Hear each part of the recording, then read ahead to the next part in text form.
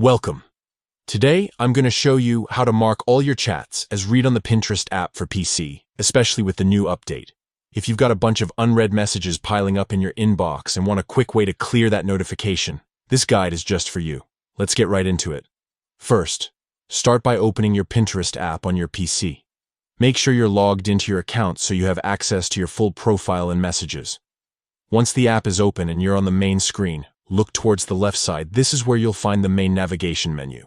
In that menu, you'll see an option labeled Messages. Go ahead and click on that. This will bring up the message center where all your conversations are displayed. You may notice some chats have that little red dot or number showing how many unread messages you have. Instead of opening each one individually, there's a faster way to mark all of them as read. At the top right corner of the Messages section, look for the three dots. This is the Settings or Options menu for your chats. Click on those three dots, and a drop-down menu will appear. Among the options, you'll see Mark All as Read. Simply click on that.